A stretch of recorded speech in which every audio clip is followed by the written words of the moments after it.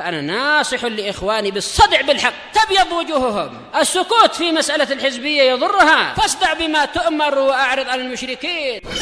سلامي على دماج ورجالها والشيخ يحيى ودار العلم يا سعد بانيها.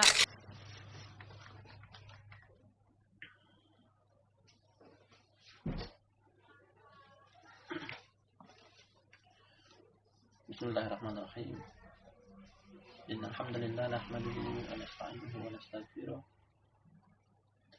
ونعوذ بالله من شرور أنفسنا ومن سيئات أعمالنا. ما يهده الله فهو المهتدي وما يضلل فلن تجد له وليا مرشدا.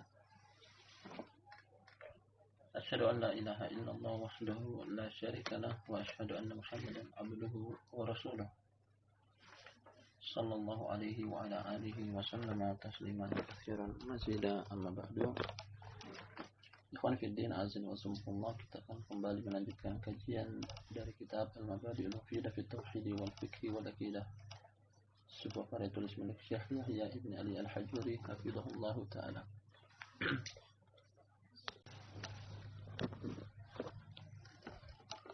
Kita ke poin yang ke-65, kata Syekh Yahya ibn Ali Al-Hajuri hafizahullah ta'ala, sang penulis. Al-Khamis Wasitun, poin yang ke-65. Setelah selesai dari pembahasan wudu secara sempurna, beliau kali ini masuk menyinggung tentang permasalahan sholat. Kata penulis, alal muslimi fi kulli yawmin wa laylatin khamsu shalawatin mafrudatin. Kata beliau, wajib bagi setiap muslim dalam sehari semalam untuk menegakkan sholat 5 waktu yang wajib. Kita ulangi. Wajib bagi setiap muslim pada sehari semalam untuk menegakkan sholat 5 waktu yang wajib.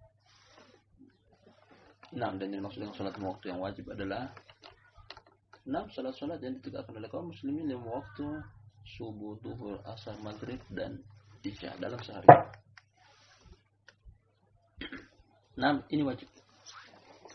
Salat 5 waktu yang wajib, mafruḍah. Di sana ada salat-salat yang wajib lainnya pula, seperti salat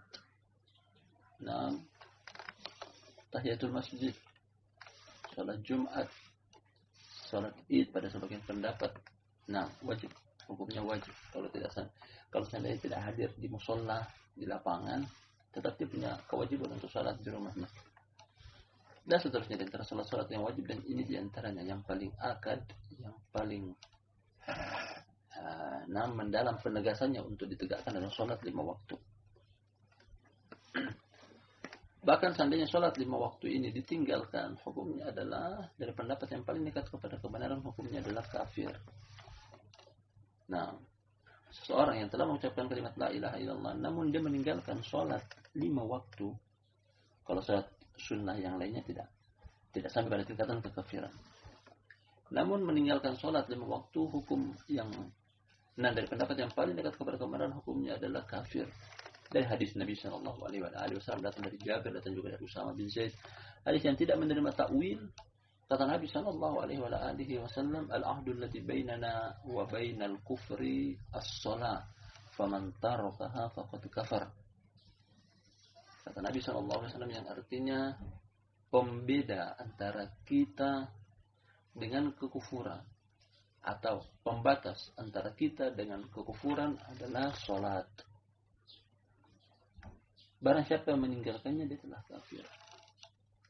Artinya dari hadis ini menjelaskan Nabi SAW sendiri yang memvonis bahwasanya ketika orang yang telah mengucapkan kalimat la ilaha illallah namun dia meninggalkan sholat, beliau vonis di belakang bahwa kafir. Adalah kekafiran. Dan begitu banyak dalil dalam hal ini. Al-Imam Ibnu Qayyim rahmatullahi alaih dalam kitab beliau Hukmu Tarikis Shalah, beliau punya judul buku dengan judul hukum meninggalkan sholat, dan beliau memvonis setelah membawakan puluhan dalil, baik itu Al-Quran, hadis, kemudian asar para salaf, sahabat, dan misalnya, memvonis bahwasanya yang meninggalkan sholat hukumnya adalah kafir, baik itu dengan alasan tidak meyakini kewajibannya, atau hanya sekadar bermalas-malasan. Nah, meninggalkan sholat hukumnya adalah kafir. Termasuk dalil yang paling kuat di antara deretan dalil yang beliau bawakan di dalam Al-Quran. Nah, dalam surat Al-Ma'un, kata Allah Subhanahu wa ta'ala, wailul lil musallin alladzina hum an salatihim sahun. Wailul lil musallin alladzina hum an salatihim sahun.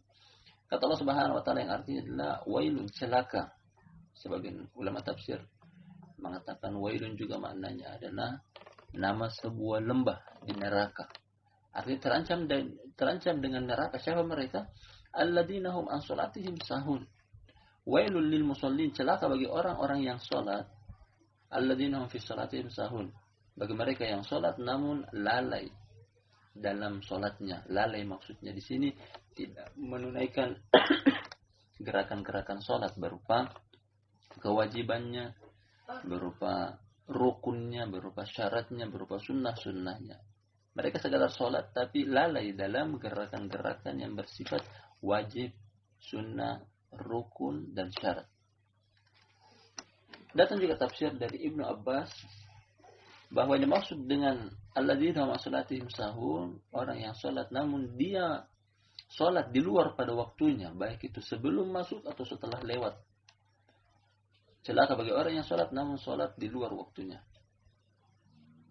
Nah, dari sisi mana penguatan bahwasanya orang yang meninggalkan sholat adalah kafir? Perhatikan, Allah Subhanahu wa ta'ala memvonis bahwasanya orang sholat tapi sholatnya tidak bagus, celaka, terancam neraka. Wailul lil musallin, celaka bagi orang yang sholat kalau sholatnya tidak bagus.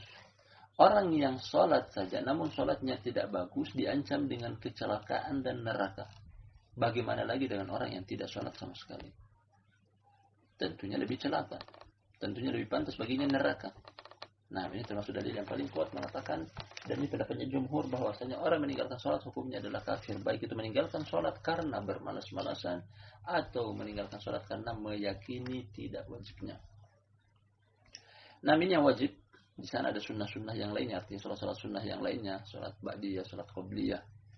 Nah, yang istilahkan dengan an-nawafil atau nafilah. Salat-salat sunnah yang mengiringi salat sunnah baik itu sebelum dan sesudahnya. Kemudian salat sunnah yang lainnya seperti salat duha atau salat qiyamul lail, salat malam, salat sunnah setelah berwudu dan semisalnya. Kita baca dalilnya tentang salat lima waktu adalah wajib. Wad dalilu hadis Talhah bin Ubaidillah radhiyallahu anhu. Landasan hukumnya adalah hadis Talhah bin Ubaidillah, semoga Allah meridhoinya. Anna a'rabiyan sa'ala Rasulullah sallallahu alaihi wasallam 'anil Islam.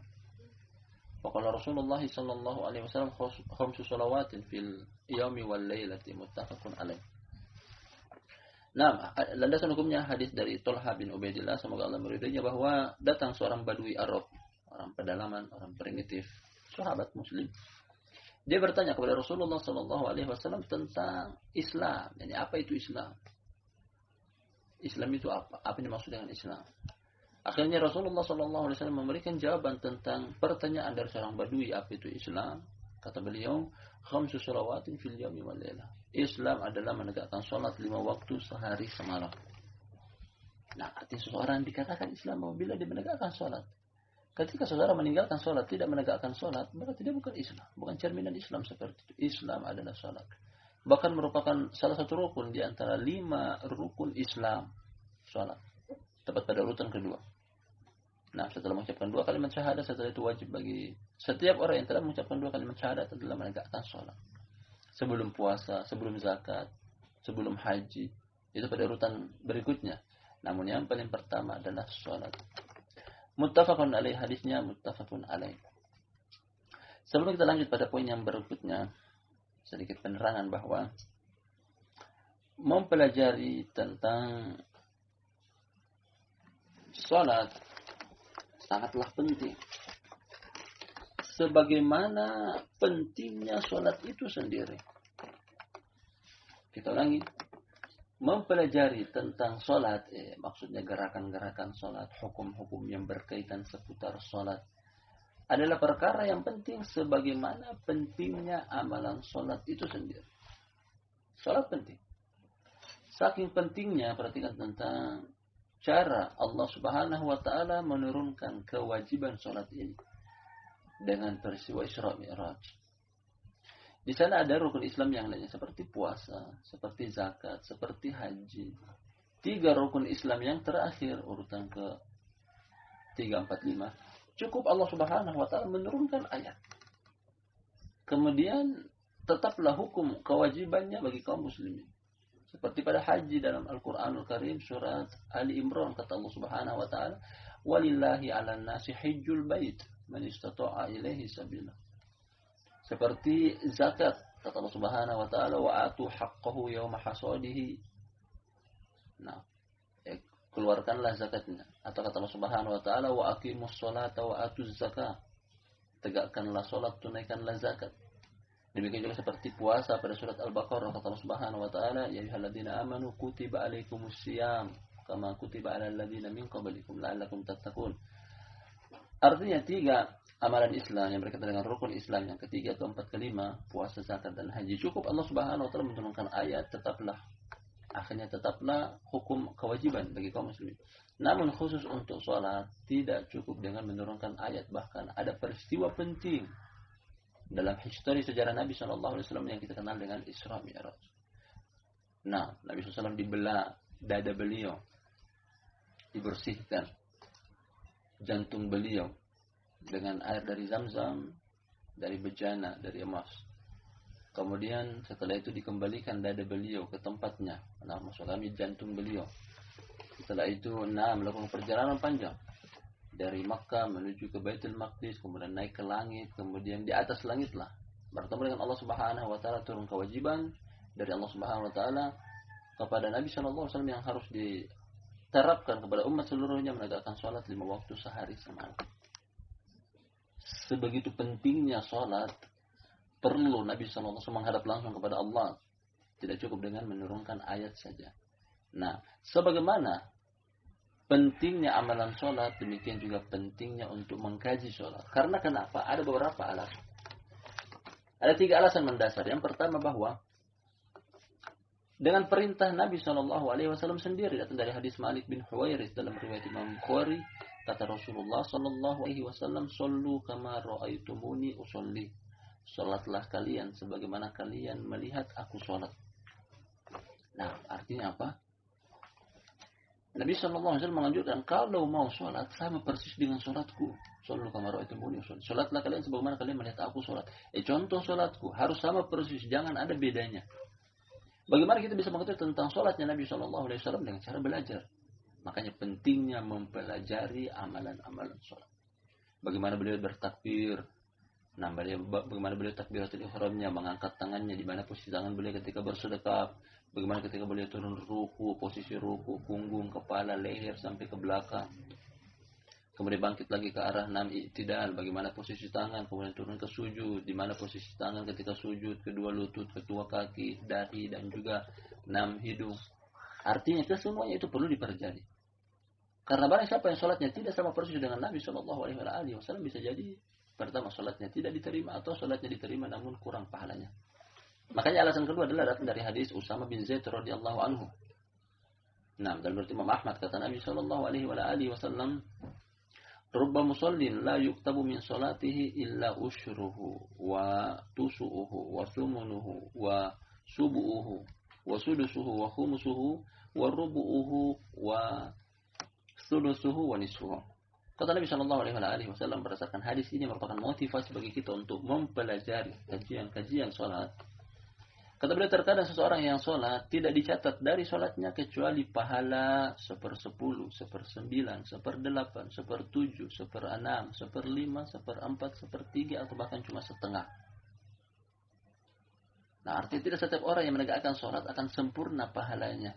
Terkadang hanya dapat 10, 1/10. Artinya begitu merugi orang tersebut. Di mana alasannya kenapa tidak dapat tidak mendapatkan pahala yang total sempurna? Ternyata dari sini karena dia tidak mengetahui tentang hukum-hukum sholat, salamnya keliru, salah. Kewajiban-kewajibannya dia tidak tunaikan, rukun-rukunnya dia abaikan, sunnah-sunnahnya dia tinggalkan. Makanya di sini pentingnya mempelajari tentang sholat. Di sinilah tempatnya kita mempelajari sholat. Nah, dari hari ini kita perbaiki sholat kita. Begitu rugi orang yang sholat namun hanya mendapatkan pahala 10 saja. Ada sebagian orang yang sholatnya sempurna, dia cukup sholat satu sholat dibandingkan dengan sebagian orang yang mungkin dia butuh 10 kali sholat untuk menyamai satu sholatnya 6 orang yang betul sholatnya. Dan rugi. Habis waktu, habis tenaga, habis biaya, ternyata 10 kali lipat sholat kita baru sebanding dengan satu sholat orang yang sempurna sholatnya. Nah, kayaknya motivasi sebagai kita semua, kepada kita semuanya untuk memperbaiki sholat kita mulai dari sekarang. Kemudian satu hadis lagi sebagai landasan hukum tentang memotivasi diri kita untuk mempelajari yang namanya hukum-hukum berkaitan dengan seputaran sholat.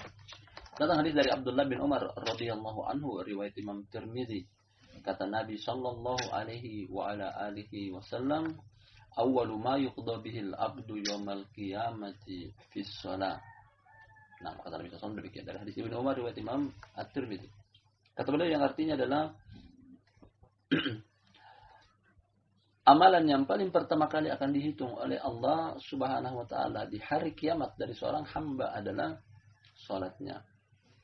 Itulah yang kata Nabi sallallahu alaihi wasallam, amalan yang paling pertama kali akan dihitung oleh Allah pada seorang hamba di hari kiamat adalah salatnya. Nah, mungkin orang kaya dia banyak bersedekah, tapi bukan itu yang paling pertama kali dihitung. Sholat dulu. Mungkin sebagian orang rajin berpuasa, Senin, Kamis, Daud, puasa bir 3 hari sebulan. Nah, tapi bukan itu yang paling pertama kali dihitung. Apa? Sholatnya dulu. Mungkin ada orang yang dia berbakti kepada kedua orang tua, memuliakan tetangga, banyak bersedekah. Nah, tapi bukan itu yang paling pertama kali dihitung. Apa dulu? Sholatnya dulu. Sebelum yang lainnya. Kemudian lanjut hadisnya kata Nabi SAW yang artinya adalah bahwasanya kata Allah kepada malaikat, lihatlah kepada hambaku, kalau sempurna sholatnya, catatlah sebagai satu amalan sempurna. Kalau tidak sempurna, lihatlah dari amalan-amalan sholat sunnah dia untuk menutupi kekurangan di sholat fardunya.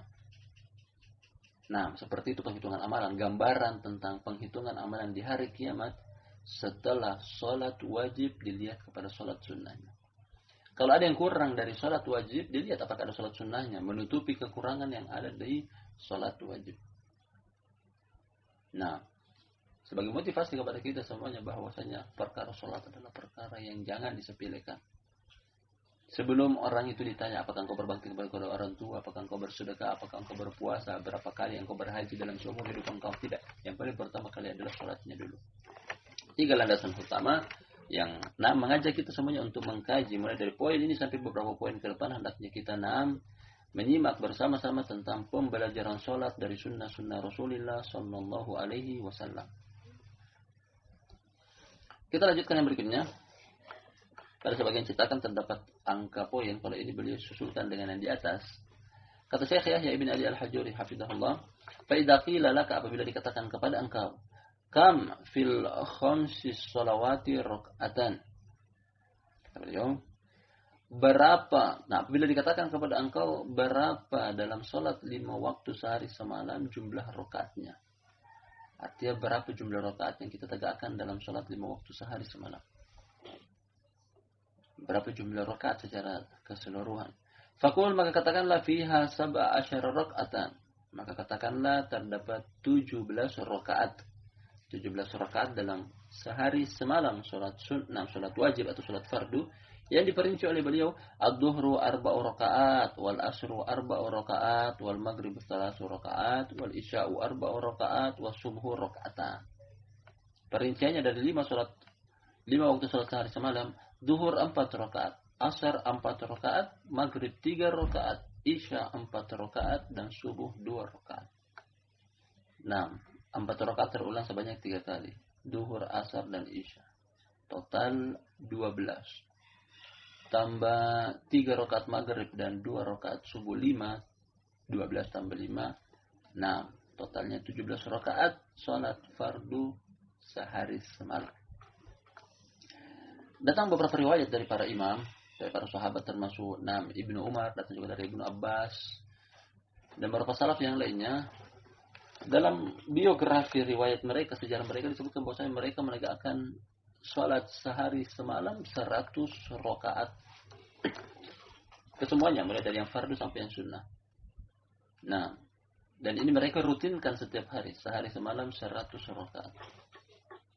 Kalau kita mau hitung secara terperinci seperti ini, 17 rakaat salat fardu, 12 rakaat salat sunnah. 12 rakaat tersebut 6, sebelum subuh 2, sebelum duhur 4, setelah duhur 2, setelah maghrib 2, setelah isya 2, 12. 6, 30-an, mendekati angka 40. Kemudian salat duha, paling sedikitnya 2 rakaat, paling banyaknya 8 rakaat.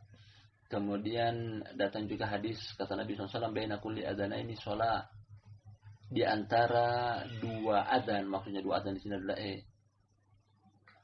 adzan dan iqamat sambil menunggu kedatangan imam, juga ada 2 rakaat di situ. Ini diterapkan di salat asar, salat maghrib dan salat isya.